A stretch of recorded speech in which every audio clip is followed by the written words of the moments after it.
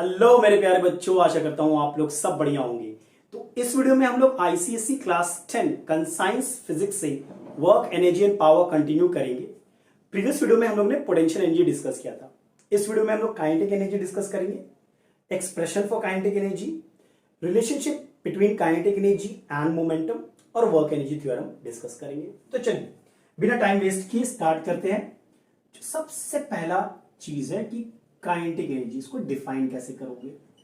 तो सिंपल सा लॉजिक है। Kinetic energy is denoted by the letter K से डिनोट करते हैं।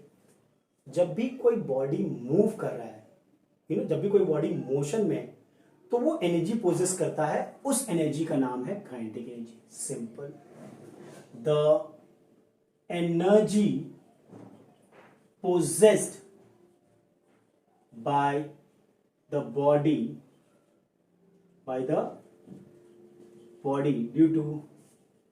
due to its state of motion के कारण जो एनर्जी पोजेस करता है बॉडी, उसको हम लोग, उस एनर्जी को हम लोग काइनेटिक एनर्जी बोलते हैं। सिंपल। जैसे कि फास्ट मूविंग कार लिख दो ना, ठीक है। An apple falling from a height, an apple falling from a height, a rolling ball सब मूव कर रहा है, सब मोशन में है, यानी कि इसके पास काइनेटिक एनर्जी होगा ही होगा। मूविंग हैंड्स ऑफ अ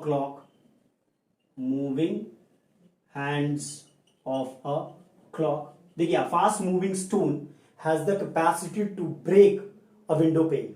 क्यों? क्योंकि उस स्टोन के पास काइनेटिक एनर्जी होता है, जिससे वो उस विंडो पेन को तोड़ सकता है। समझिए। तो ये था मेरा डेफिनेशन ऑफ काइनेटिक एनर्जी। अब रहा कैसे डिनोट करते हैं काइनेटिक एनर्जी, ठीक है।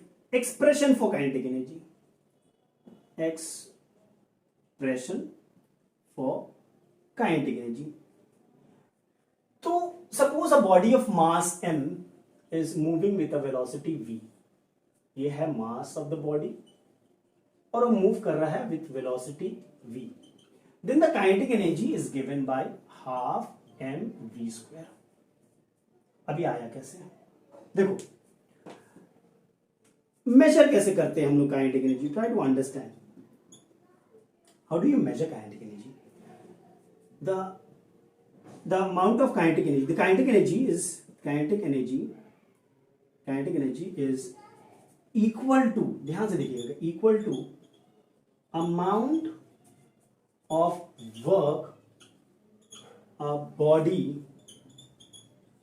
Can do before it comes to rest. इसको हम लोग ऐसे भी लिख सकते हैं, the work done by the opposing force to stop a body in motion। अगर कोई बॉडी मूव कर रहा है तो कितना काम करना पड़ेगा एक अपोजिंग फोर्स को, अपोज करेगा ना मोशन, स्टॉप करने के लिए, उसका वेलोसिटी जीरो लाने के लिए। उससे हम लोग मेजर कर सकते हैं kinetic energy, the amount of work done by the opposing force to stop a body in motion। अब देखो ध्यान से, ये एक्सप्रेशन हम लोग कैसे लाते हैं। थोड़ा सा मैं इसको रब कर दे रहा हूं, ठीक है। अब मान लो कि हमारे पास एक बॉडी है जिसका मास है m, ठीक है। ध्यान से देखिएगा, एक बॉडी है जिसका मास है m, वो इस डायरेक्शन में मूव कर रहा है विथ वेलोसिटी u, और एक अपोजिंग फोर्स हम लोगों ने लगाया है, रिटार्डिंग फोर्स जिसको बोलते हैं हम लोग F, जो इसको स्टॉप करता है। और ये बॉडी रुकने से पहले क्या करता है, एक डिस्टेंस s ट्रैवल करता है, फिर बॉडी जो है रेस्ट पे आ जाता है, ठीक है। ये v वेलोसिटी से मूव कर रहा था, हम लोगों ने एक अपोजिंग फोर्स F लगाया, ठीक है। तो ये बॉडी रेस्ट में आ गया। यहां पे रिटार्डेशन होगा क्योंकि वेलोसिटी डिक्रीज हो रहा है, तो रिटार्डेशन होगा। मान लो रिटार्डेशन मेरा ए है, तो कांस्टेंट रिटार्डेशन है मेरा, यूनिफॉर्म रिटार्डेशन आप जिसको बोल सकते हो, यहां पे ए है। तो एक्सेलरेशन क्या होगा, जाहिर बात है नेगेटिव ऑफ रिटार्डेशन माइनस है, यही होगा ना। अब ध्यान से देखना, आपका अभी अभी मैंने बताया काइनेटिक एनर्जी क्या होता है, कैसे मेजर करते हैं, the amount of work done by the opposing force to stop a body in motion. मतलब वर्क डन क्या होगा यहां पे, फोर्स इनटू डिस्प्लेसमेंट, है कि नहीं, फोर्स इनटू डिस्प्लेसमेंट। अच्छा अब देखिए, हम लोगों ने ये इक्वेशन पढ़ा होगा, v square equal to U square plus 2s। ध्यान से देखिएगा, यानी कि इसको मैं ऐसे लिख सकता हूं क्या कि फाइनल वेलोसिटी का square is equal to initial velocity का square plus twice into A into S. अच्छा इस केस में फाइनल वेलोसिटी क्या है, रेस्ट में है ना बॉडी, तो वेलोसिटी तो जीरो हो जाएगा, है कि नहीं, फाइनल वेलोसिटी जीरो हो गया। इनिशियल वेलोसिटी मैंने v लिया था प्लस ट्वाइस, एक्सेलरेशन मेरा माइनस ए होगा बिकॉज रिटार्डेशन मैंने ए लिया था, कांस्टेंट रिटार्डेशन मेरा क्या है, यूनिफॉर्म रिटार्डेशन मेरा क्या है, ए है, तो एक्सेलरेशन क्या होगा, माइनस ए होगा, और एस डिस्प्लेसमेंट मेरा, ठीक है।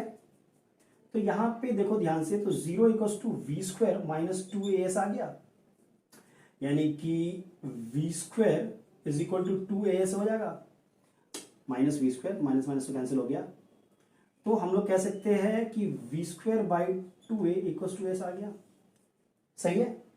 अब यहां पे देखो वर्क डन क्या होगा, f का मतलब होगा m इंटू ए, ठीक है, और s का मतलब क्या होगा, s का मतलब होगा v स्क्वायर बाई 2a, ठीक है। ये f क्या था, अपोजिंग फोर्स था मेरा, इसलिए यहां पे रिटार्डेशन मैंने लिखा है, तो वर्क डन क्या होगा, एम वी स्क्वायर बाई 2, तो वर्क डन क्या होगा, हाफ एम वी स्क्वायर। यही वर्क डन तो मेरा काइनेटिक एनर्जी है कि नहीं। कैसे मेजर करते हैं, तो आपका काइनेटिक एनर्जी हो जाएगा half M V square. So kinetic energy of a body of mass m moving with velocity v is given by half M V square. और अगर आप ध्यान से देखो यहां पे, तो kinetic energy is directly proportional to mass, मतलब मास बढ़ाते जाओ तो काइनेटिक एनर्जी बढ़ जाएगा बॉडी का, and kinetic energy is directly proportional to v square. Velocity को ही बढ़ाओगे आप, काइनेटिक एनर्जी बढ़ेगा। लेकिन देखो ध्यान से, अगर आप मास को डबल करोगे, वेलोसिटी को कांस्टेंट रखो, दो बॉडी है, समझो बात को, इधर देखिएगा, दो बॉडी है, बॉडी 1 और ये है बॉडी 2, इसका मास मान लो m है, इसका मास है 2m। ध्यान से देखिएगा, इसका वेलोसिटी है v, इसका वेलोसिटी भी v है, यानी कि हमने वेलोसिटी को सेम रखा है लेकिन मास डबल कर दिया। अगर आप मास डबल करोगे तो काइनेटिक एनर्जी भी डबल हो जाएगा, because kinetic energy is directly proportional to mass, of course velocity is constant. यहां पे काइनेटिक एनर्जी क्या होगा, काइनेटिक एनर्जी 1 होगा हाफ एम वी स्क्वायर है। यहां पे काइनेटिक एनर्जी क्या होगा, काइनेटिक एनर्जी 2 हाफ, मास क्या है 2m इंटू वी स्क्वायर। तो ध्यान से देखो, ये आपका हो गया twice into half M V square, यानी 2 टाइम्स आपने मास को डबल किया तो काइनेटिक एनर्जी भी डबल हो गया। समझिए बात को, वेलोसिटी कांस्टेंट है, बट क्या होगा अगर हम मास को कांस्टेंट रखें और वेलोसिटी को डबल कर दे, क्या होगा, क्वेश्चन समझे। आप क्या करो, मैं इसे थोड़ा रब कर देता हूं, ट्राई टू अंडरस्टैंड।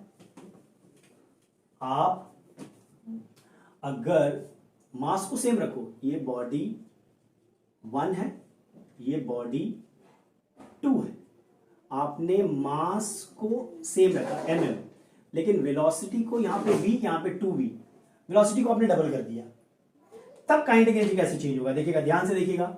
यहां पे काइनेटिक एनर्जी क्या होगा, half M V square, kinetic energy 1, यहां पे काइनेटिक एनर्जी क्या होगा, काइनेटिक एनर्जी 2 क्या होगा, half M V square, V है यहाँ पे 2u 2v, half into mass into velocity का स्क्वायर ना, तो 2v है, यानी कि half M into 4v square, 4 को बाहर लिया, 4 into half M V square, half M V square क्या था, काइनेटिक एनर्जी 1 था, मतलब kinetic energy 2 will be 4 times kinetic energy 1।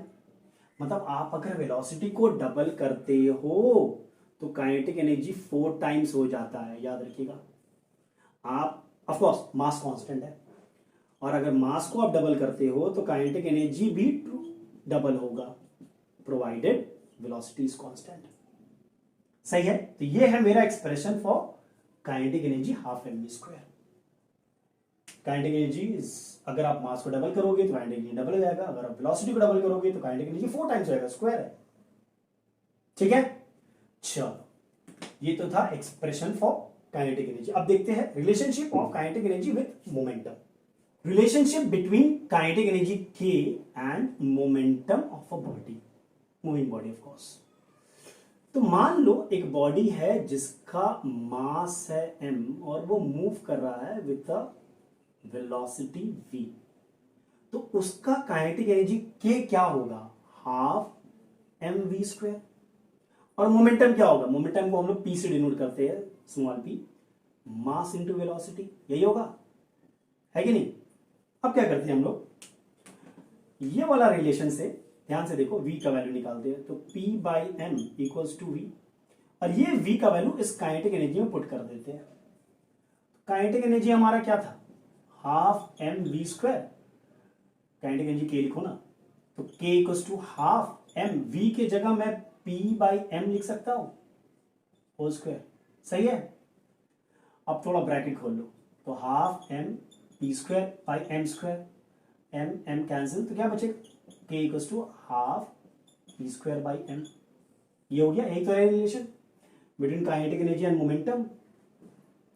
Kinetic energy equals to half P square by M, P is the momentum. ऐसे भी कर सकते हो आप, 2k m equals to P square, यानी कि p equals to root of 2km, ये भी लिख सकते हो, ये भी लिख सकते हो, बात सेम है, यही है रिलेशन।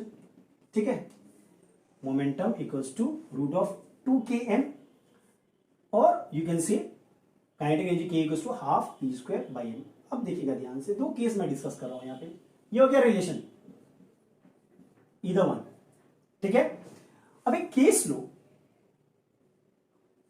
मान लो दो बॉडी है जिसका मोमेंटम सेम है, बॉडी 1 एंड बॉडी 2, दो बॉडी है जिसका मोमेंटम सेम है, मोमेंटम इसका p है, इसका भी मोमेंटम p है, बट इसका मास सपोज स्मॉल m है, इसका मास कैपिटल M है, और capital M is greater than small m, मतलब दूसरे वाला का मास ज्यादा है। तो काइनेटिक एनर्जी कैसा रहेगा लोग दोनों का, अगर मोमेंटम सेम है लेकिन मास अलग अलग है, ठीक है, तो किसका काइनेटिक एनर्जी ज्यादा होगा, इसका या इसका। देखते हैं, देखो kinetic energy of 1 is half P square by M, ठीक है, और kinetic energy of the second body 2 will be half P square by capital M.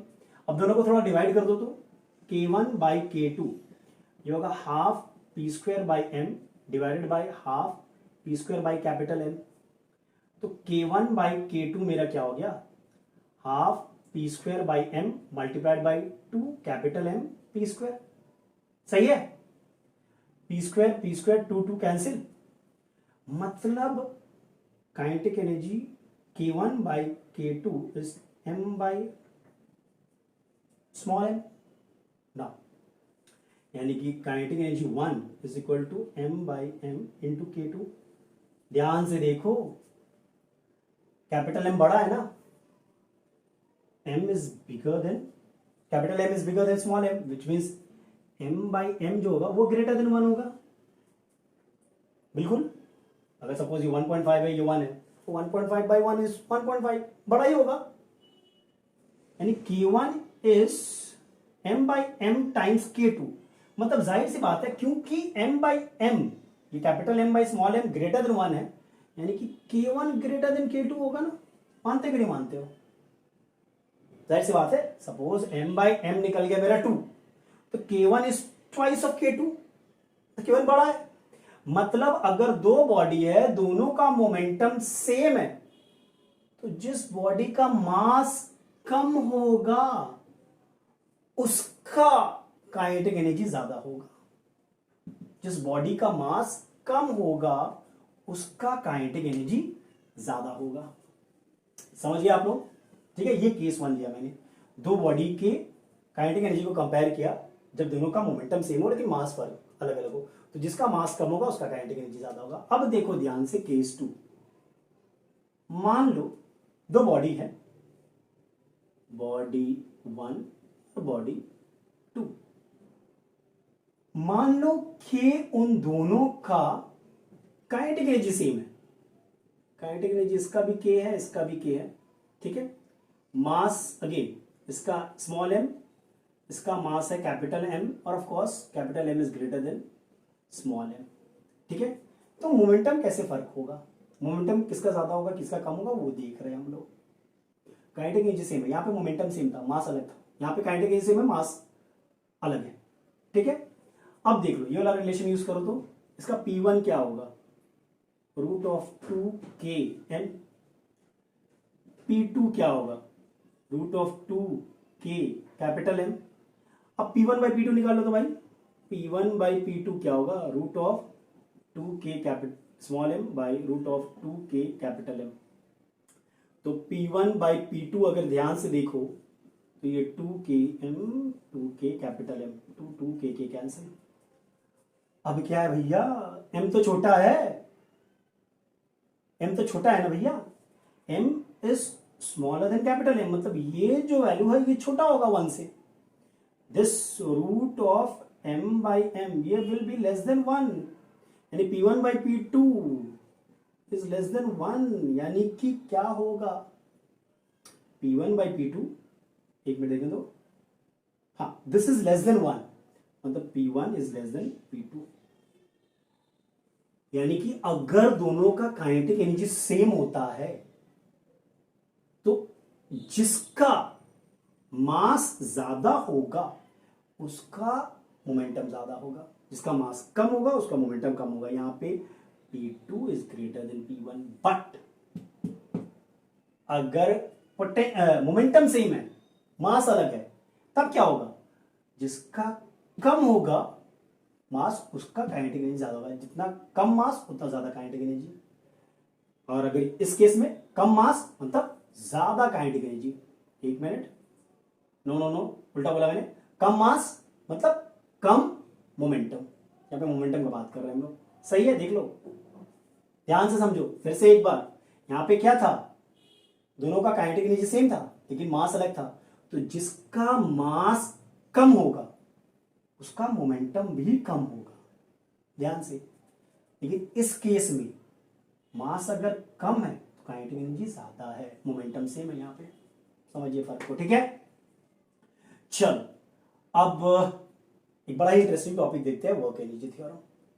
चलो वर्क एनर्जी थ्योरम क्या बोलता है, वर्क एनर्जी थ्योरम जाहिर सी बात है वर्क और एनर्जी को रिलेट करता है, एक रिलेशन देता है हमें। वो क्या रिलेशन है समझो, एक बॉडी है of mass m moving with initial velocity u, तो आपने एक कांस्टेंट फोर्स लगाया F।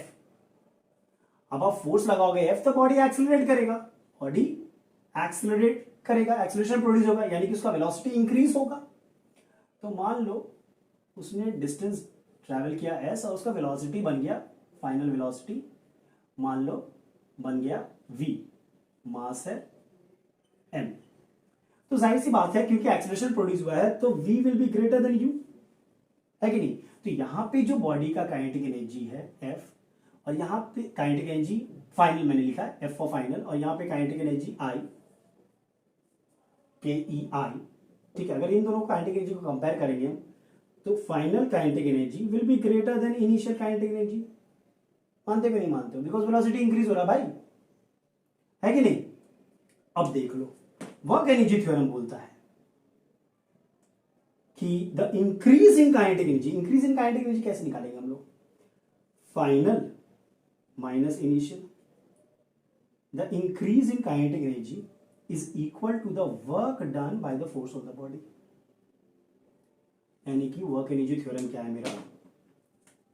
According to the work energy theorem, the increase in kinetic energy of a body is equal to the work done by the force in the direction of the moving body।